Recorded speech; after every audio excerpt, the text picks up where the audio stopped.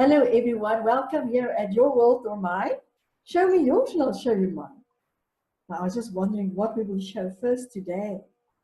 And they're sitting with this beautiful Wendy, and at this moment I actually just want to feel into what's happening between me and Wendy, because as you have begun to realize as well, is that when two people come together, there's a third energy present, which is neither me or beautiful Wendy, but it's beyond between us, in this field between us.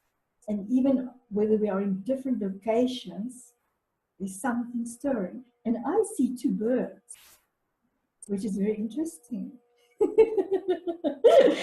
So Wendy, what does two birds mean to you?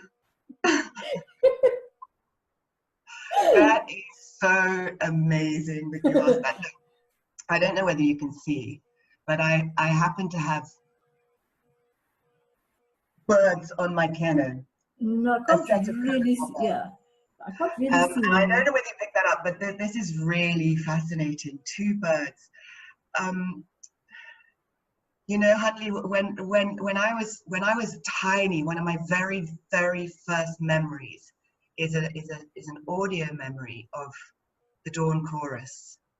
And recently, in works that I've done with one of my teachers, there are lessons to drop into innocence, which is a wonderful process. And I always use that sound of the Dawn Chorus because for me it drops me instantly into a state of that, you know, eternal sort of innocence.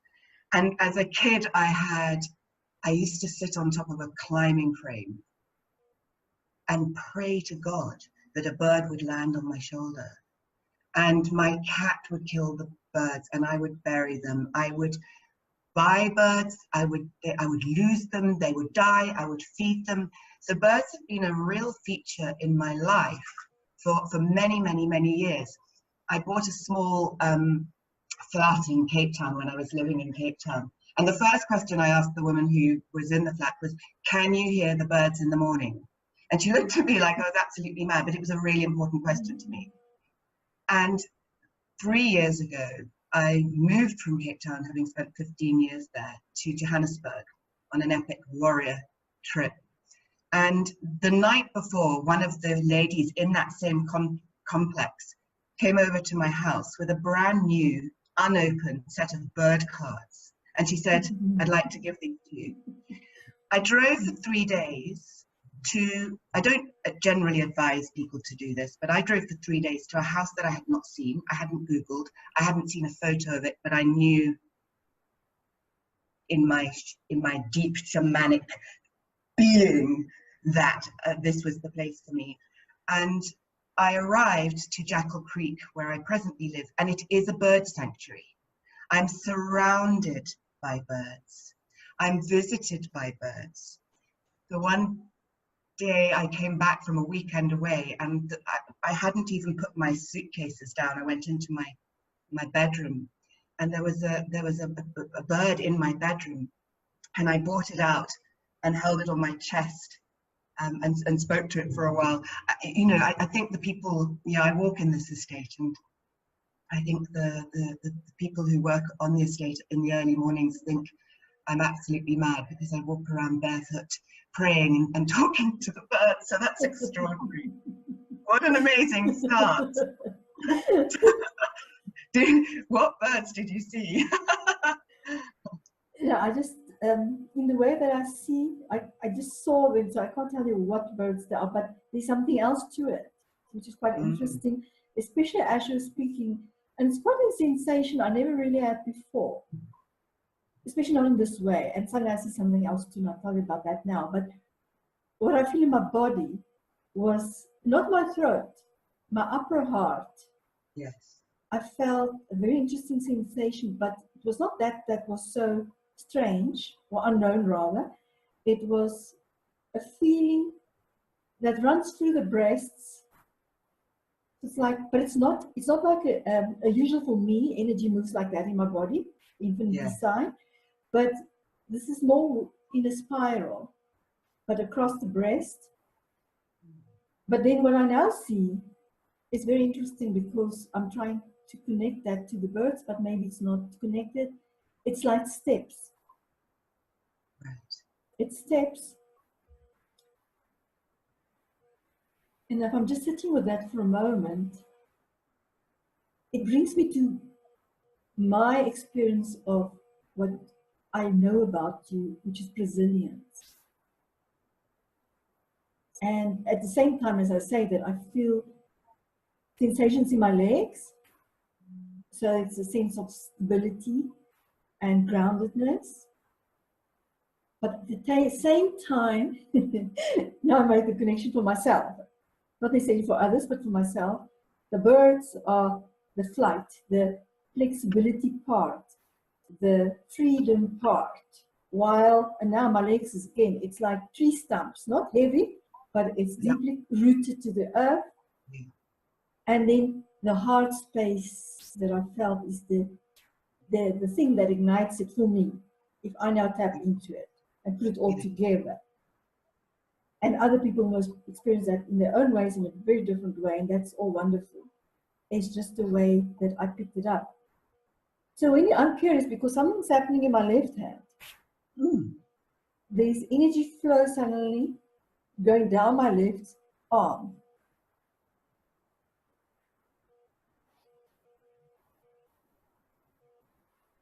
And there is a link to the birds and the stairs and the legs, the, you know, like the stability. But I would want you to tell us more about what is Presilience. And as we go about, I will now and then share what's happening in my body, just how my body is embodying what you're sharing.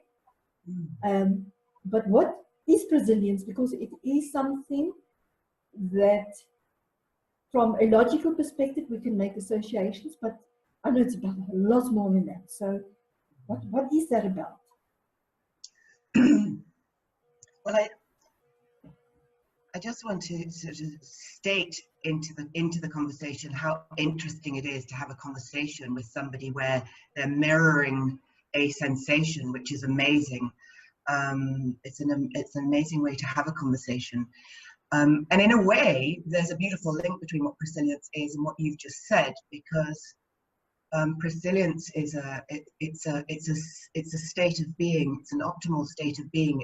It's a frequency, but it's also a roadmap. But it's the combination of three qualities: resilience, brilliance, and presence.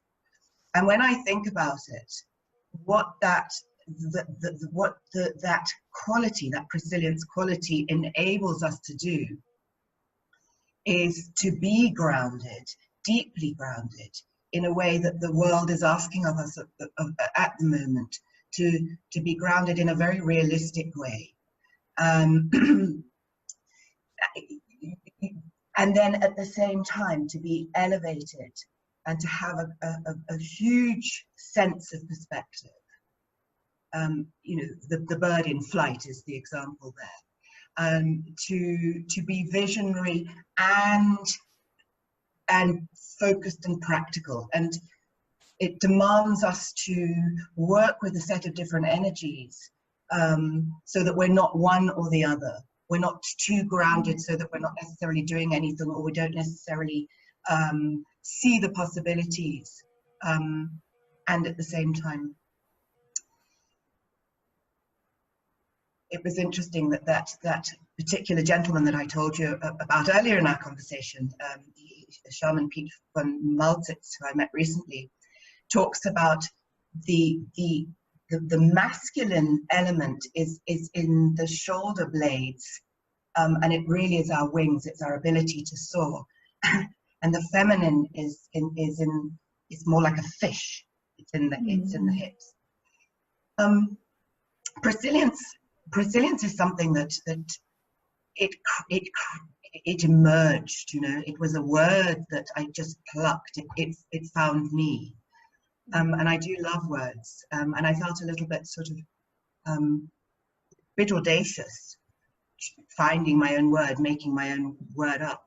And then I realized Horace Walpole did it back in 1568, when he might have got the date wrong, but he created a beautiful story called The Three Princes of Serendip, and from that came the word serendipity. You know, and I thought, well, if he can do it, so can I. Yeah. It continues to emerge, but I think that really when you look at the combination of those three aspects that work on dashboards, so that at any one point you can zoom into one area. And I think in order for us to activate our brilliance and really harness our brilliance, our natural intelligence, our divine intelligence, our higher self, it requires brilliance, because when we start working with that dual nature, we are going to fly, and we need a kind of a new understanding of what that resilience is. And then the presence, I suppose, is again that grounding. And when you combine those three things, there's a beautiful aliveness that happens. And for me, that is an expression of resilience itself, and it's an aliveness, it's a quality of life, it's a preparedness to be really truly alive. And I think that in these times, it's one of our biggest challenges to stay alive, to meet our own aliveness, because that's not easy. It doesn't mean to say that, you know, it's a happy place necessarily, because when we meet our aliveness, we fully meet our death as well. And with that aliveness comes a kind of alignment, and with that alignment comes an ability to really achieve in a way that produces end results that come from our truth, come from a level of consciousness, and there's a way in which we can create reality by using the tools of resilience. It's very interesting how my body is responding to what you're sharing today. Because I didn't sleep for 2 nights. We had ratatouille here. We're next to the most beautiful river in the middle of the city here. And obviously there's some little creatures that found their way to the roof. And for the last 3 nights I didn't sleep. So I was extremely tired this morning when I woke up. And I was wondering how today can I raise my own frequency and vibration because of lack of sleep now? How can I raise my own frequency? But now, interesting thing is happening to me as you're speaking about resilience and the way you share it with us, which I really truly appreciate, because my body suddenly feels as light as a feather. As light as a feather. And there's very interesting things happening in my brain. And it's the frontal cortex. Not even the neocortex. So it's quite fascinating. And, you know, it's one of my things that I'm fascinated about, is about the brilliance inside of our bodies and the brilliance inside of our DNA. I mean, because I can feel it so deeply on a sensory level, I suddenly see another animal in front of me, which is an owl. And this owl's eyes is particular because it's seeing deeper than our physical eyes can see. And so what you were sharing about, and now I see the claws, you know, of the bird as well, which takes back to the same metaphor what you spoke about earlier, of having grip while the floor is like tilting, for example, or you're climbing a tree, or you're climbing a mountain. So when you speak about challenge, in my world, we don't really like to use that word, but I understand the concept.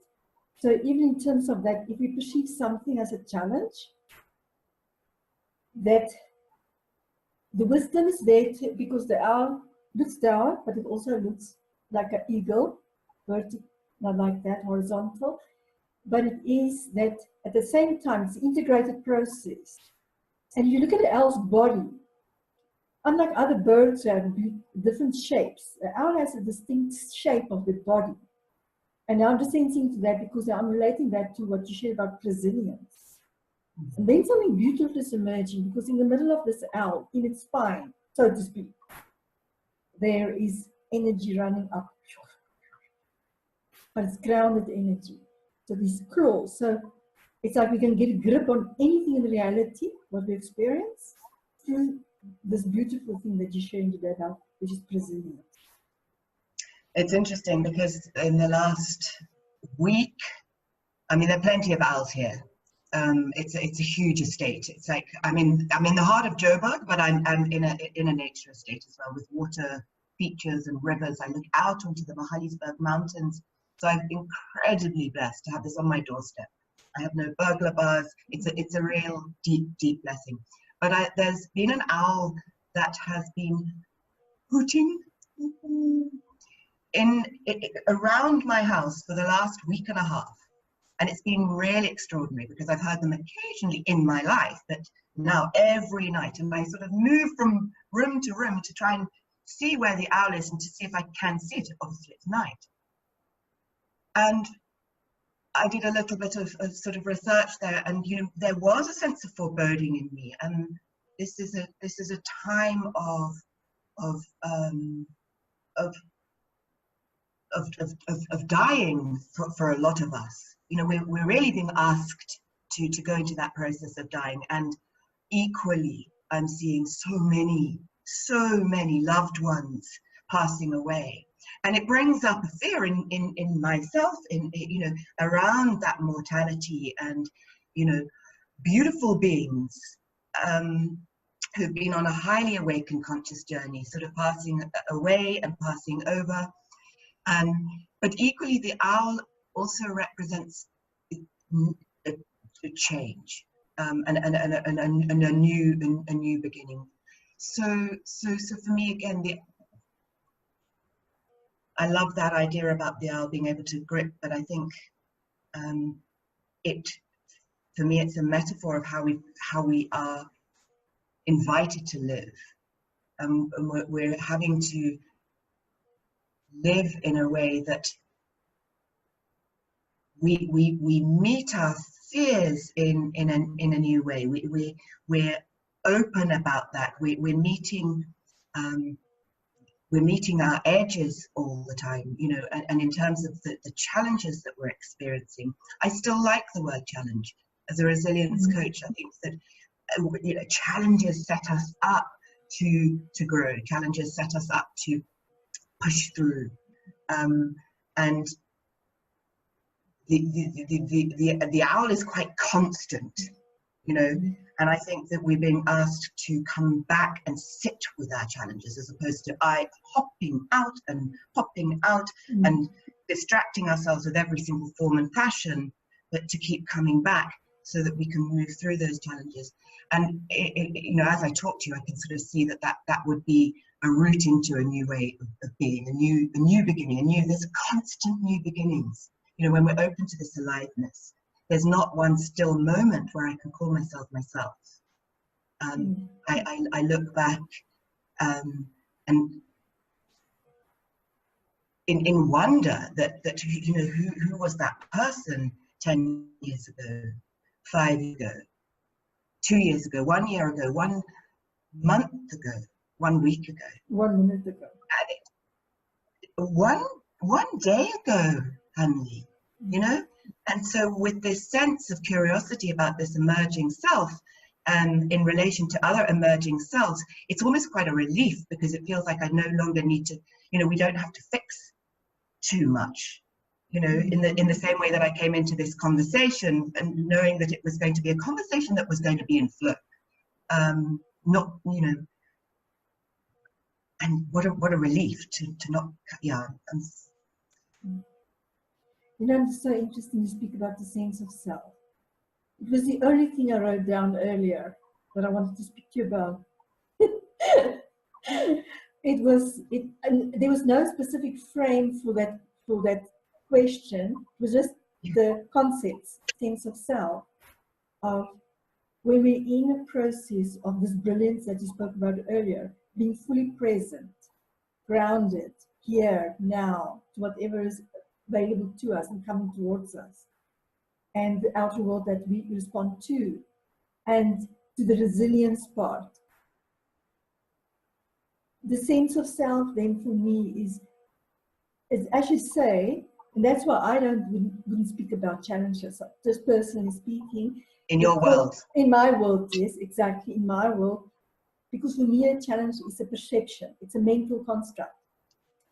It's not necessarily a physical thing. It could be, not to say it can't, but it could be. But what I want to share about is that in terms of the sense of self, like you say, every single second, I'm somebody new. I'm different. Every second, like you say, before we came into this beautiful session, and how we explore these things now is, I was different then now. My breath was different. I feel different because I had all these sensations. So if you want to speak about death in that sense of the old self, it's not even a frightening process because it happens spontaneously, and it's my awareness of this new quality. So whatever I experienced before, and whatever thoughts I had before the time, or feelings, or what was going on around me, because I had people in here looking, for the rats, that was very interesting, to come in my sacred space and then looking for little creatures that keeps you awake at night. It was very interesting. But in this moment, I'm completely different than 5 minutes ago. So it's for me the attachment we have to that previous version of ourselves then, that perhaps caused us the discomfort, the pain, some people, whatever our situation is. I just take my own physical experience when I was injured earlier this year. The extreme physical pain, I've never been in such extreme physical pain in my life. And I have developed some processes where I can disconnect completely from my body. So I can completely mentally disconnect from the concept pain in my body, because it's my mind's concept, not the body itself. Yes, I had a lot of injured tendons and ligaments, and you name it. But it was my mind's perception of it. So the memory of what that will feel in the body that kept it there. And the movement to get out of that. And for me, when I just think now the word resilience and allow it to come into my consciousness, there's definitely movement. And it doesn't need to be hectic, but there's movement, natural movement, happening inside of ourselves when we indulge in such a process. And we allow ourselves to go deeply into it without me knowing anything about your process. It's just sensing into the energy behind what you've shared earlier. So for me, that's amazing, because the thoughts I had earlier, like I said, I was feeling light as a feather after you shared. And now it's starting to settle into my cells, which is a very different sensation. Because now at that time, even though I'm speaking, it has time to come into my body, into all my cellular memory as well. Not only an etherical experience, but physical, real, here, now, present again. Now that's most amazing. So I'm really curious about how you, for someone who are curious about resilience as well, how do you introduce them to resilience?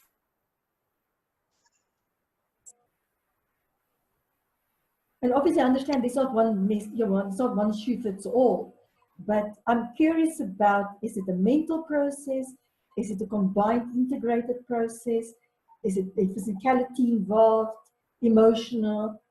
Because I know there's a lot of beautiful processes out there, and a lot of them are very silo-based still. They work on a specific part of ourselves, like our minds, mind-blowing stuff, mind-blowing emotional freedom techniques, for example, and embodiment techniques as well, but an integrated process. And with base, it works along the concept of recalibration. And so if we take resilience as a dashboard, I really like the idea of recalibration. It's a type of fine-tuning. And so I think that, we think we need to make these massive changes. We don't. We need to make small little recalibrated changes. And I quite like that idea. So the visual is of a set of 10 dials, and each one of those beautiful steely dials represent a particular field of resilience, ranging from physical resilience, emotional resilience, interpersonal resilience, social resilience, and moving up into more subtle forms of resilience. For example, directional resilience, navigational resilience, where we're exploring our versatility around polarity, around ambiguity, around change, spiritual resilience, and eventually evolutionary resilience. And each one links to a source of intelligence, which is just another word that I use for awareness. And so it's a lovely framework to kind of, what dial would I like to fine tune today? And if, for example, I'm wanting to, and when I'm working with clients, it's a lovely process, because they can choose and they can, you know, identify a particular dial that they'd like to work on. And then when you begin to visualize what a particular form of resilience looks like, for example, somatic resilience, my being in my body, you know, energetically how I am, you know, the questions then become really beautiful, engaging questions, ranging from the very obvious, you know, are you eating well, are you resting well, are you nurturing yourself, are you exercising, to the next level of back to basics, which is really around stillness and silence and solitude, mindfulness and meditation, and an understanding of energy. And you can begin to just tweak those dials by taking a small practice to introduce. So it's a lovely way of just recalibrating and being playful, tuning into the energy around that, beginning to visualize what that level of resilience would look like. What would it look like if, for example, I were in a state of spiritual resilience, activating my spiritual intelligence? I would be in a space of more awe and wonder, gratitude, a deeper understanding of my purpose, a sense of really leaning into something higher than myself, whatever that is. It might be a group, it might be a collective, it might be a church, it might be a, you know, this chair. And undermining that and underlying that, the waters that run through that really are this quality of aliveness. So when I think of resilience, when I look out and feel out into the world, and often experience the heaviness and the violence and the pain and the confusion and the lostness and the lackness and the trauma and the extraordinary beauty and the transcendence all at once, there's a quality of aliveness that becomes you know, the main metaphor for resilience. It's, can you tap into that thing that's truly alive in you, that we suppress, that we push down, that we numb out, that we literally blinker out. We don't even begin to see half of the aliveness that we are, because we're so blinkered and our lives are like this. And so it's beginning to connect with that quality of aliveness. And what does that mean? It means to explore in your soul a quality that exists now in this body and doesn't, and moves on. But it's regenerative and it's restorative and it's in nature. It's reflected all the time if we care to look. And what does that feel like in us? And so for me, the invitation to be resilient, it's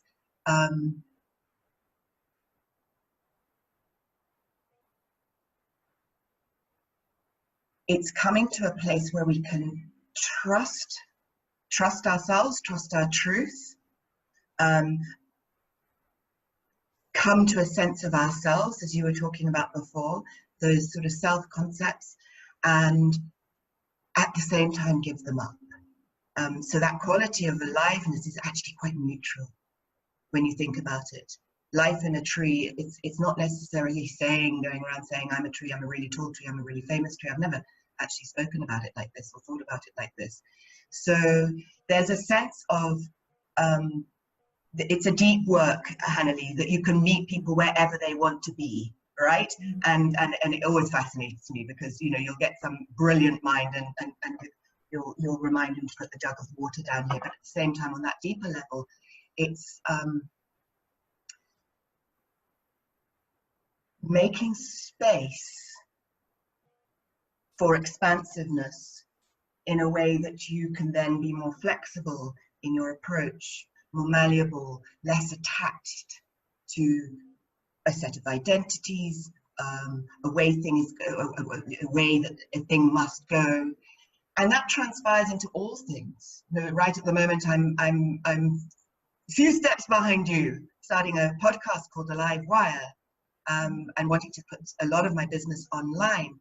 And you know, that fluidity requires me to step back from my expectations of how quick it's got to be, or how easy or not, or how hard it's going to be, because that's another thing. It's going to be hard because it's going to, you know, I've got all these tech learning curves to go through.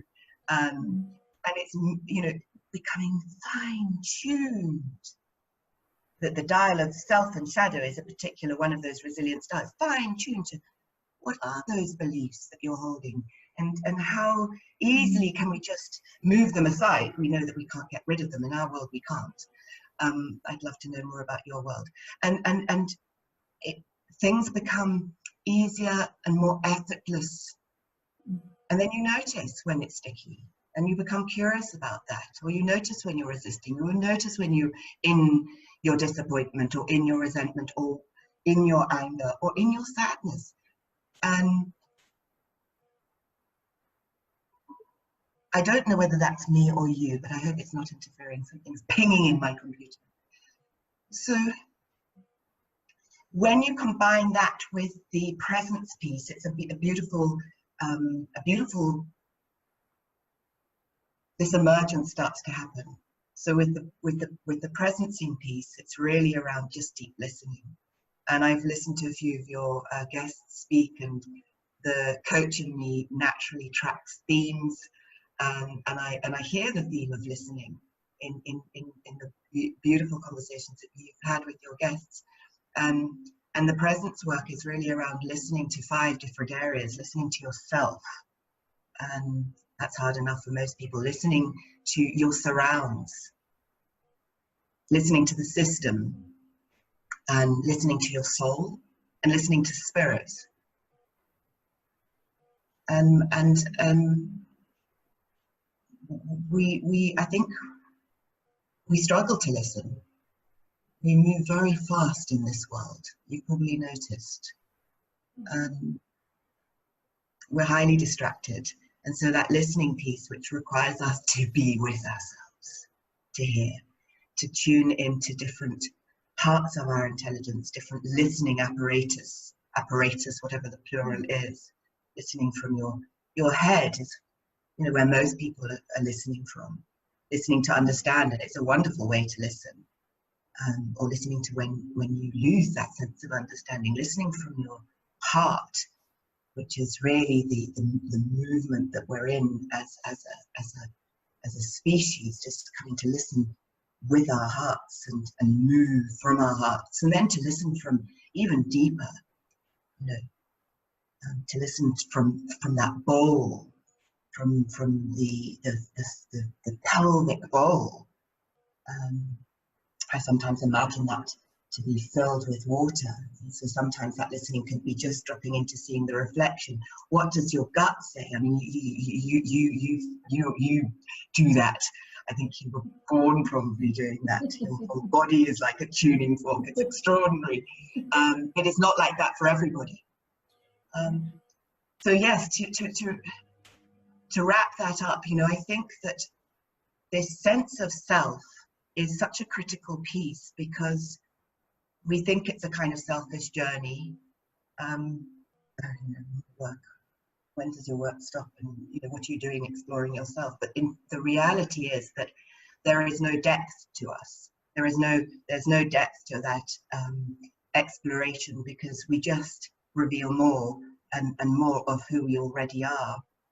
And I think resilience is a journey to remember who you are, and to come to trust that truth, to remember who you are, and to remember and to begin to see those aspects that are already there, that are just waiting to emerge, you know.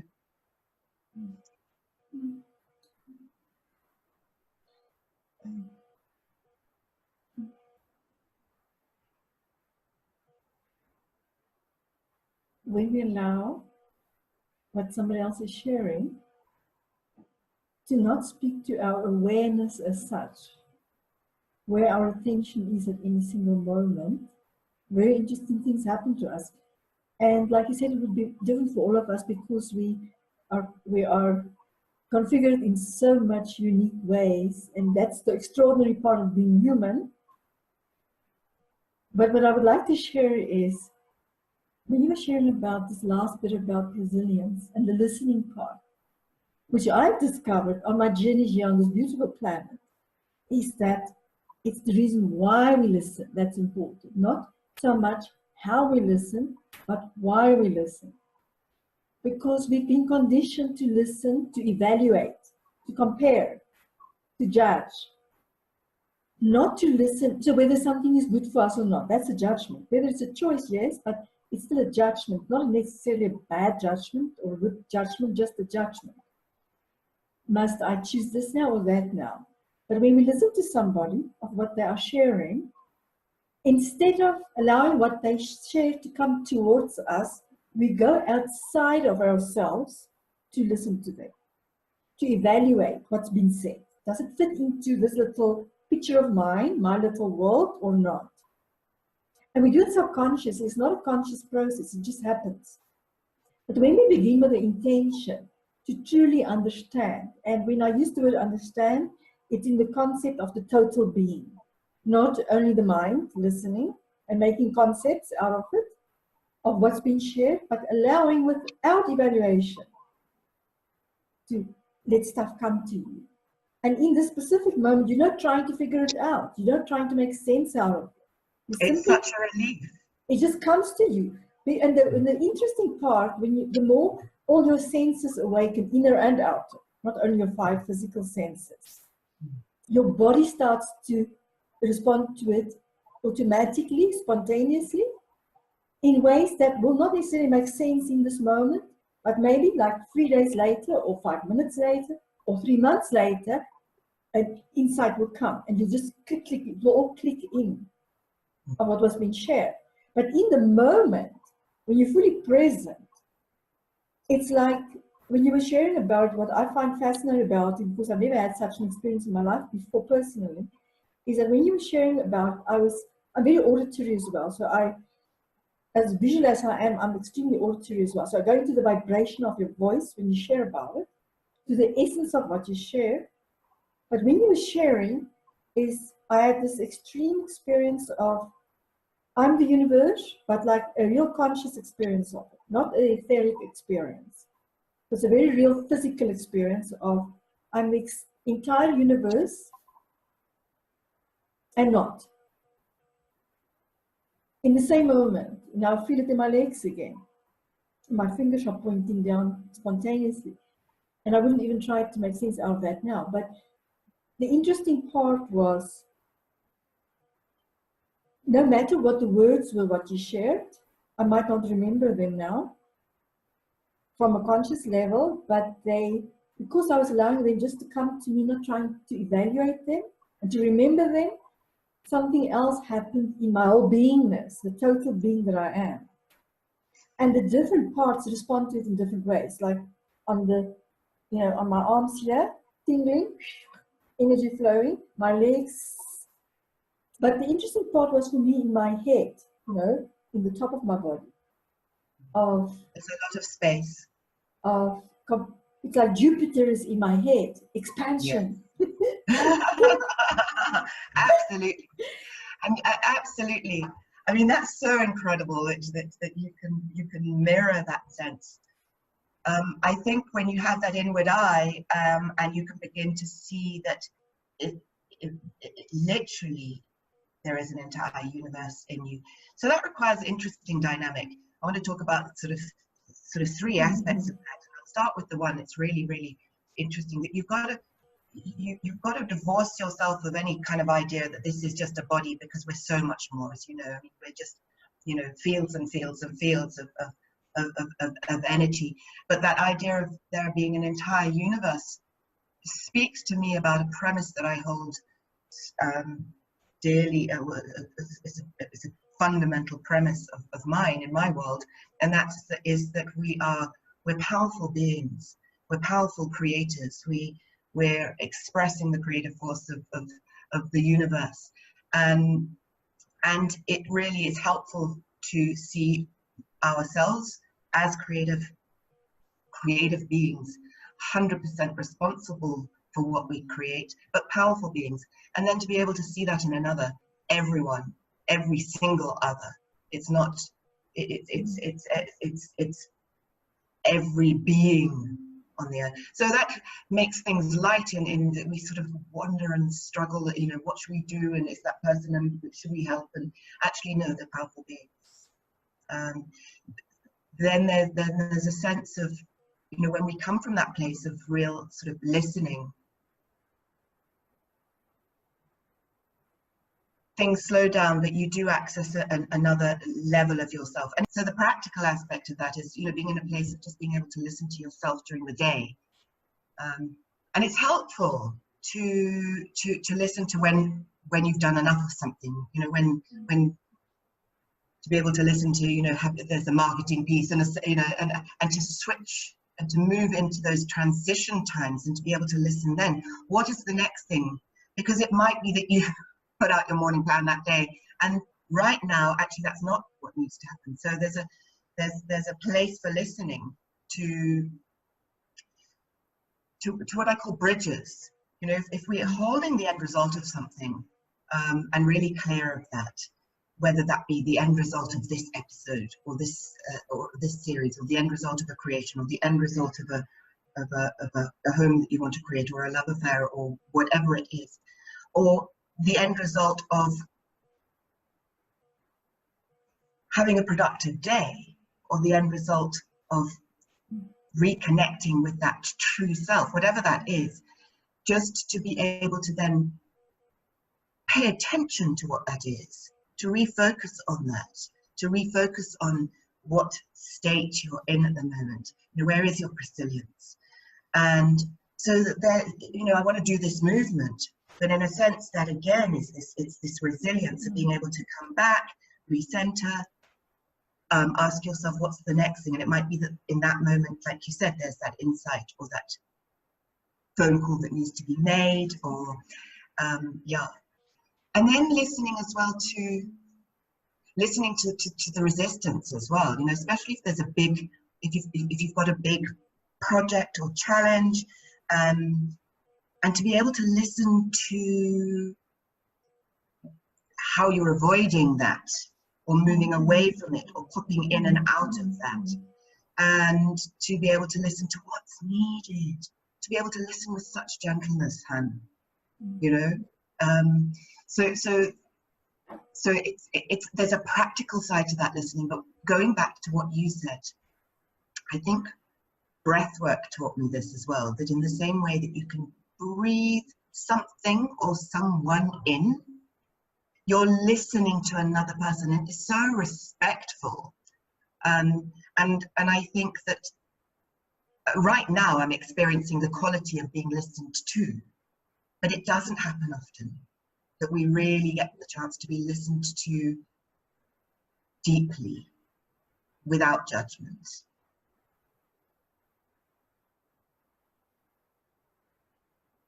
I think people are longing for that, to just bring themselves into a space where they can be heard, where they can be seen,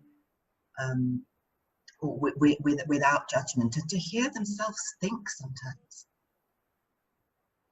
Another part for me, which I find fascinating, which I discovered a while back from a personal experience on this beautiful planet, and that is, if we speak about being heard and being seen, And that for me is one thing. But there's another, something amazing that I connect deeply with your resilience is being received, which is two different things. A lot of people have the most beautiful dreams and intentions, and all the plans and everything is in place to make it happen. But it's like nobody can see them. Nobody can hear them because of all these layers and walls around ourselves that we've created, whatever reason, whether it was a coping mechanism, defensive system, doesn't matter what. And so we don't really care why we did it. It's that it's there. And that prevents others to really see us and hear us. So it's for me a two-way thing. It's not only that others don't hear or see us or allow to already listen to us, is that we don't allow ourselves to be listened to. Yes. Because we have this invisible wall around ourselves that we've created for whatever reason, and that prevents others. So there's so many different amazing affirmations you can say out loud, that all your cells hear, that your subconscious mind hear, every single body of you hear it, that you give yourself permission to be received and to be heard and to be seen and to be found and to be discovered and to be cherished and adored. You can go on with the list. But for me, the one that really switched stuff in my own life was to be received. Because on a subconscious level, for whatever reason, and I didn't even want to go down that path to find out why. It was simply dealing with it in the moment. And every day, the layers is coming off, but it is allowing myself to be received. Because without that, nobody can hear us or see us. The invisibility it's one of the, it's a fundamental belief. It's, one of 12 fundamental beliefs, and it's fascinating because, if you really believe that you're insignificant and unseen, and certainly that's been part of my journey as well. My voice is part of my genius, and yet it's my deepest wounding. So for me to actually turn that around and be clear in my voice and to be open to be received, it's deeply vulnerable. It's deeply vulnerable. All of those things that come up. I mean, even putting anything out into the public space, for me, it's been such a beautiful experience to go through. And it's about being legitimate. And, again, that we are valid, full stop, without having done anything. It's back to that breath. Just by mere fact that we breathe, that we're alive, that we exist in the same way that the plants and the trees do. So then there becomes a fine tuning around that as well, that you begin to, and I see it with the youngsters who demonstrate this so powerfully because they come with a voice. They're really powerful. I mean, I'm deeply, as you, have a huge love for our youngsters. And I think it's probably because I identify with them. I'm one of them myself. But the ability to then, it's a metaphor for life. Just experiment with what you think. Put it into words. Put it out there. Hold your own space around what you want to say and experiment with it, knowing that you don't have to necessarily hold that opinion for so long. In fact, when you're holding opinion for too long, then we're moving into this, into the shadow side of that fixed rigidity. But put your curious voice in. I think that there are some interesting dynamics around this, because to really be received, it starts with human dynamics, actual people. And so where do we have that space to be received, in the family, around the supper table? And where is that, that sense of whatever you have to offer here, obviously given within, within certain parameters around, just generally how you present yourself, but to have the space, particularly for youngsters, to be able to express themselves fully, to be received by their peers is one thing, but by the elders in the community is another, without trying to fix them. And I talk about youngsters, but I can apply that right across the board to clients, to people that you meet in the street. And really what that looks like is to allow another person to be received requires you to be in a space where you're not imposing your own ideas on them. There is a lack of judgment and great curiosity around who they are. And knowing that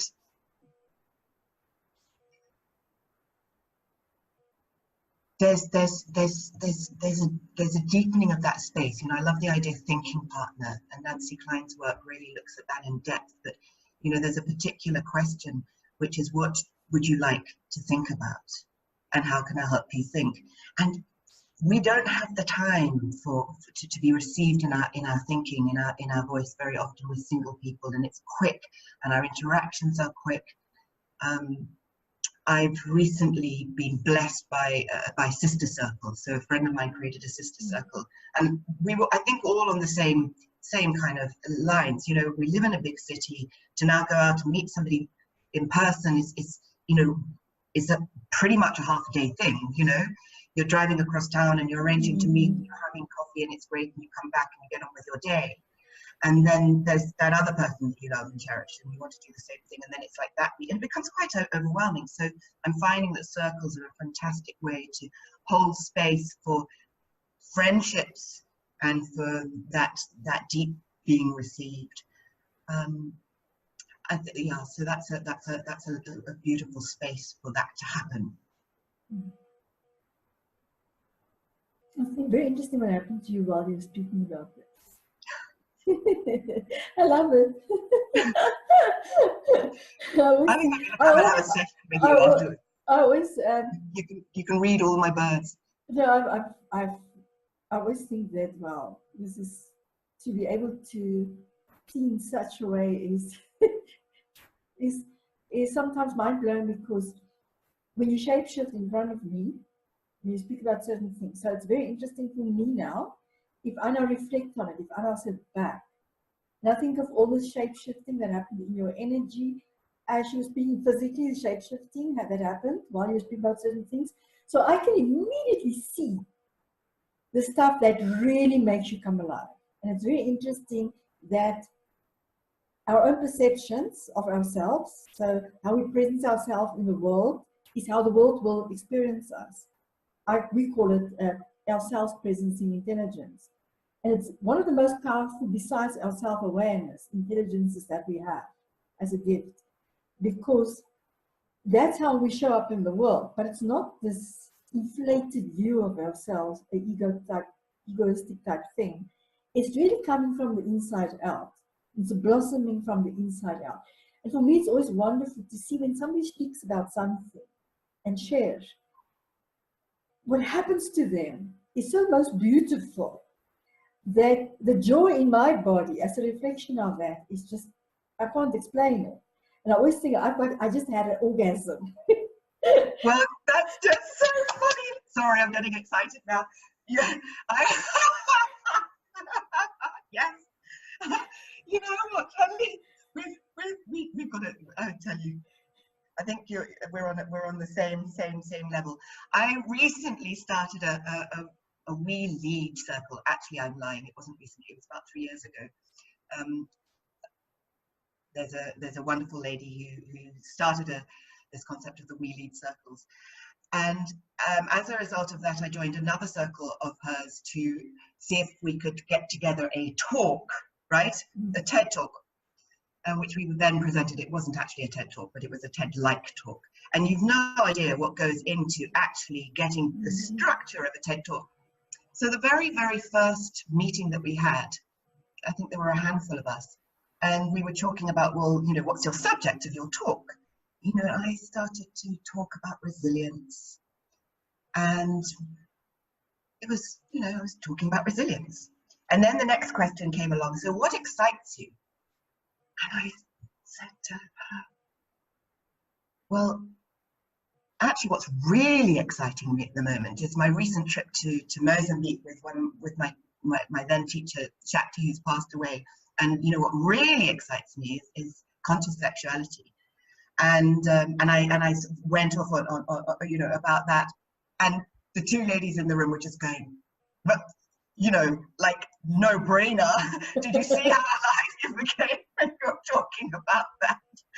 Exactly. You like the resilience piece? No, but Wendy, I mean, you know, like, and then of course they all just thought it was going to be a talk about sex, but it was instant, and I ended up talking about the flow of sexuality, and it's just was such a, it was such an interesting thing for me, because when we get in touch with what you saw in me, people who are listening on the audio won't necessarily see it. I didn't really change. She's naked, everybody. She's naked, everybody. Saw it.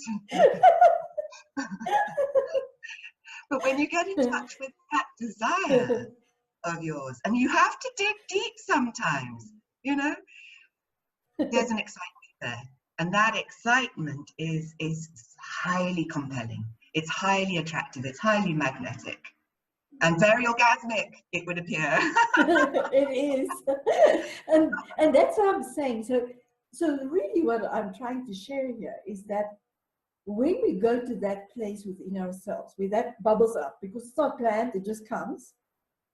It's unexpected, completely unexpected most of the times, and you don't even realize it yourself that, you know, that others perceive it.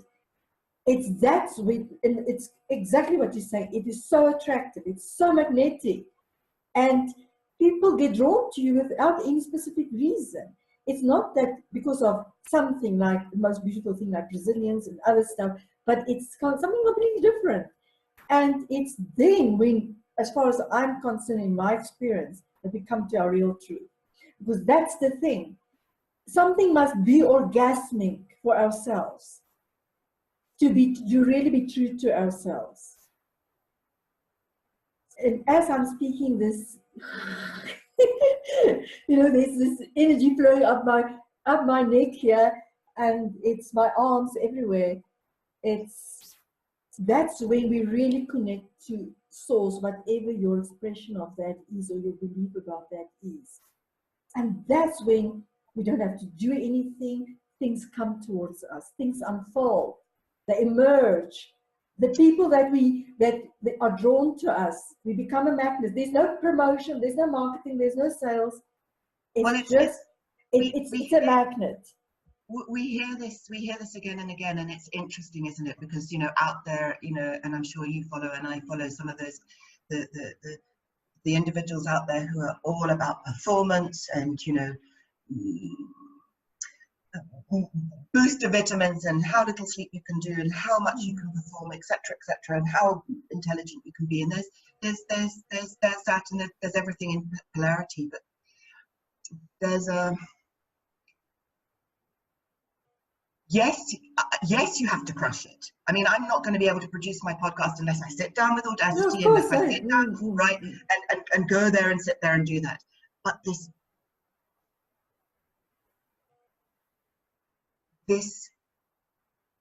it's not so much a certainty, but it's a deep trust that with this personality, other personalities might find it easy to crush certain other things. This personality doesn't, but this trust that this is in my truth, you know, this is in my truth. And so it's just a question of taking the next step and the next step and the next step. And then, you know, magic happens extraordinarily. I mean, I was on a plane to Cape Town a couple of months ago, and I was playing with the idea of my podcast, and very aware that I didn't want this to just be a mental thing. And I sat next to a younger woman in the plane, and I don't talk to people terribly on the plane. I sort of tend to be a bit antisocial, and she was similar. But she just turned to me, and I just turned to her. And she has an online radio business, and as a result of that connection, she just completely loved the idea of Presilience, and is, you know, onboarding my podcast on her radio platform, and it was just effortless. It was just effortless. Effortless. You know, and I actually started doing some work with her, which was fantastic. And so I got to explore the whole world of radio and online radio. And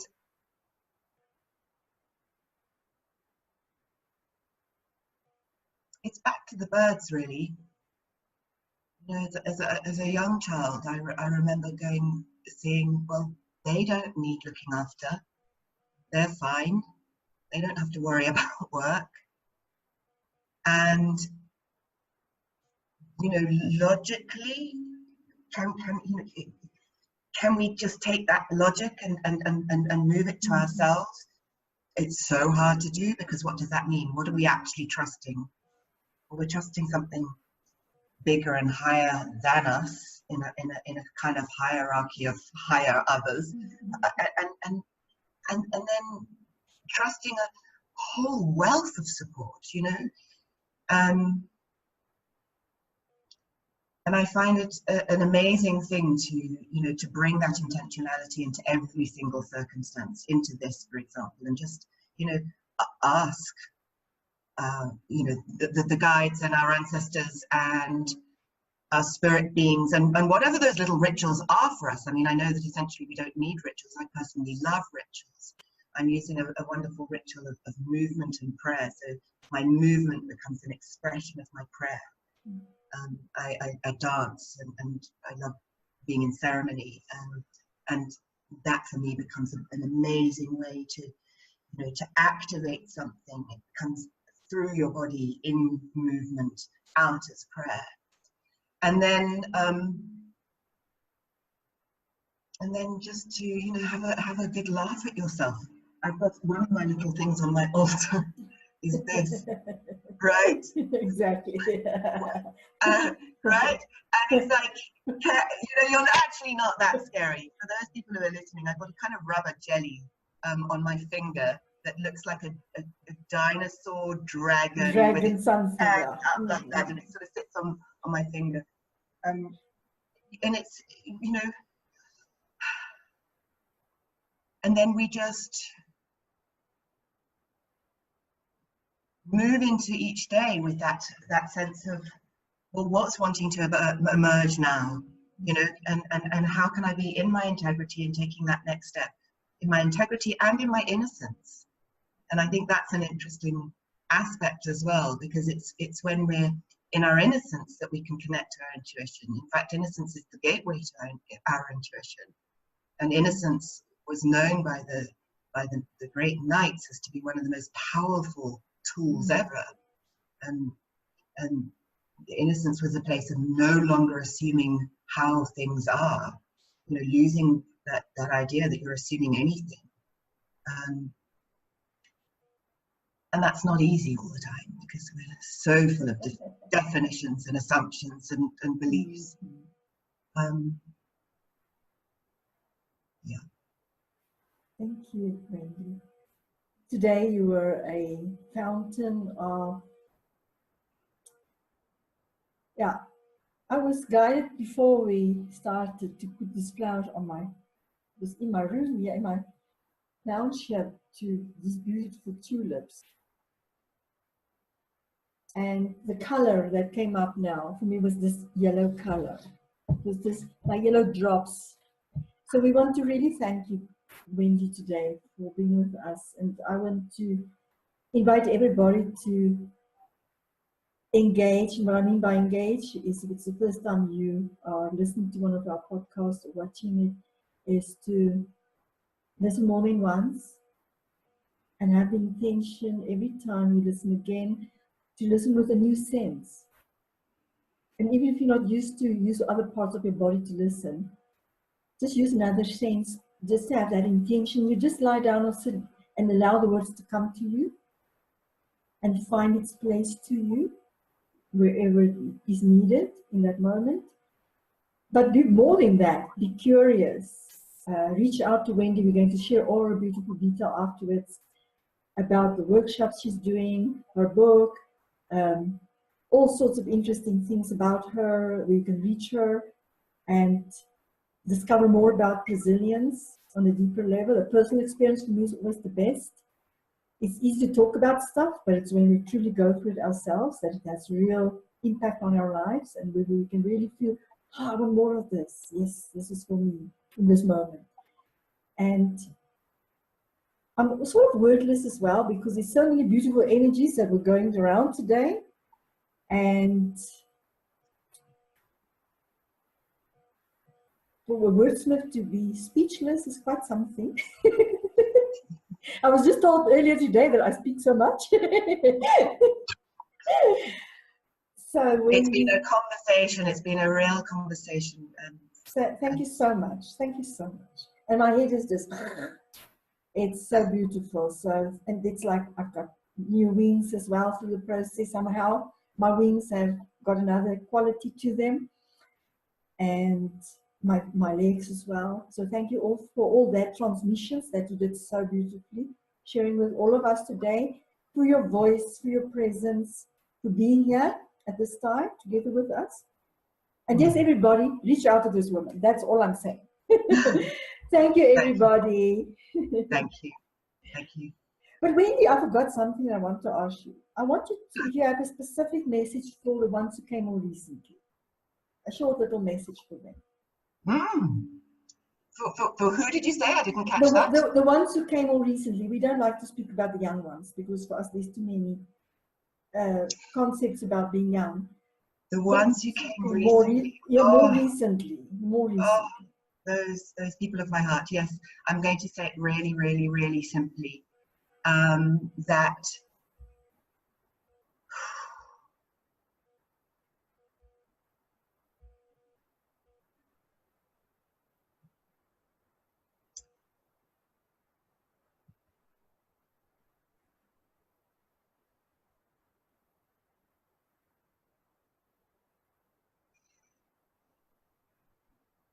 step into the unknown. Keep stepping into the unknown. Take the hero's journey. Know that you'll meet your threshold guardians. And don't be scared to be sad. Don't be scared of your sadness. For those of you who are understanding and picking up and experiencing the depth of sadness that I know you experience, hold it lightly. It doesn't have to be labeled as it can just be sadness. It can just be sadness, and it's okay to be sad. Thank you so much. Thank you, Wendy. Yeah. Thank you, Wendy. Yeah, and just the biggest respect for your energy and for your impatience, and yeah, just my arms to Mama Wendy embraces you. Just, you know, just go for your, trust your truth. Got it. We got it at last. Thank you so much. Thank you, everybody. Goodbye.